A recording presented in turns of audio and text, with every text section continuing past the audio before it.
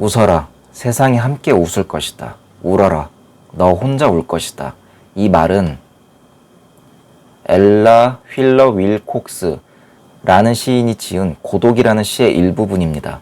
제가 이 말을 굉장히 좋아하거든요. 현실을 아주 적나라하게 관통시킨 탐복할 만한, 그래서 제 뼈에 새겨진 말이기도 합니다.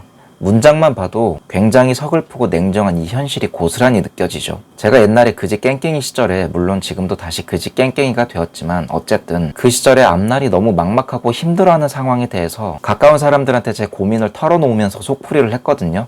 어떻게 해서든지 간에 그 감정을 털어놓지 않으면 숨막혀 죽을 것 같았어요. 근데 저는 인간은 타인의 몰락과 타락에 대해서 쾌락과 안도감을 느끼는 존재라고 생각을 하거든요. 아니라고 느낀다면 그 몰락한 사람이 나와는 일면식도 없는 전혀 상관없는 사람일 가능성이 높을 겁니다. 그렇다 보니 저의 힘든 모습과 고민이 누군가에게는 쾌락의 소재가 되더라고요. 물론 겉으로는 드러내지 않죠. 조언을 가장해서 이런저런 말을 내뱉으면서 상대적인 우월감과 쾌감을 느껴내는 게 겪어보고 나니 나중에야 깨닫게 되더라고요. 저는 힘들어 죽을 것 같아서 털어놓은 고민이 약점이 되고 누군가의 가십거리가 되더라는 겁니다. 아휴, 커 봐라. 내가 뭐라 그랬냐. 이럴 줄 알았다.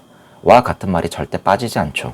근데 제가 노력해서 그지 탈출을 하고 그들을 넘어선 순간 이럴 줄 알았다라는, 물론 저한테 온갖 오지랖을 떨면서 이래라 저래라 했던 게 쏙 들어가요. 저한테 그랬던 게 쪽팔려서 연락 끊은 사람도 있습니다. 나와 상관도 없고 알지도 못하는 사람이 나보다 잘 나가든 말든 알 바 아니잖아요. 우리 눈에 들어오는 거는 자주든 가끔이든 마주하면서 살아가는 사람들이죠. 그렇게 부대끼면서 살아가다 보면 인간인지라 본능적으로 비교와 경쟁의식이 안 생길 수가 없죠. 그래서 나보다 못하거나 나와 동급이라고 생각했던 사람이 어느 순간 연봉이 더 높아지고 직급이 더 높아지고 차도 좋은 거 끌고 다니고 집도 한 채 장만하고 그런 식으로 앞서 나가게 되면 솔직히 배 아프잖아요. 도태된 것 같은 느낌이 드니 불안하죠. 정신 똑바로 바뀐 사람은 그걸 동기부여 삼아서 노력을 통해 그 갭 차이를 메꾸거나 아니면 뛰어넘으려 하지만, 정신이 엄한데 바뀐 사람은 자기보다 잘난 사람을 끌어내리면서 자존감을 채우거든요. 뒷담화를 한다든지 그 사람에 대해서 평가절하를 한다든지 망하길 바란다든지. 안타깝지만 세상엔 후자가 월등히 많죠. 그리고 솔직하고도 쪽팔리게는 그 누구보다 제가 그런 찌질이었어요. 누군가와의 갭을 메꾸거나 뛰어넘으려면 변화를 해야 하는데, 사람이 변화를 하려면 고독과 고통이 필연적인지라 그걸 감당할 만한 용기도 끈기도 없으니 남을 깎아내리는 쉬운 길을 택하는 겁니다. 저는 한때 실컷 남들을 깎아내려야만 간장 종지만 했던 제 그릇이 안도감으로 채워지곤 했었습니다.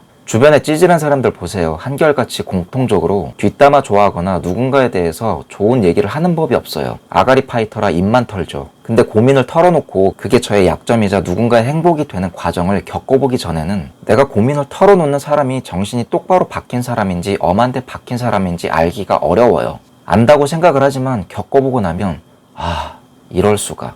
이런다니까요. 저도 한때 친하게 지내던 형이랑 맨날 서로 징징대면서 살았었는데 저보다 잠깐 잘 나갔다고, 아니 이게 내가 알던 그 형이 맞나? 싶을 정도로 돌변을 해서 어찌나 시건방을 떨던지 사람의 이중성에 대해서 좀 충격을 받았었어요.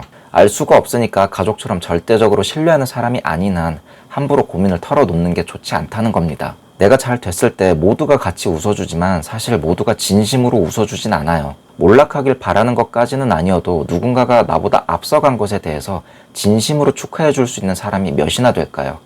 나는 그렇게 나쁜 사람이 아니라고요? 진짜요?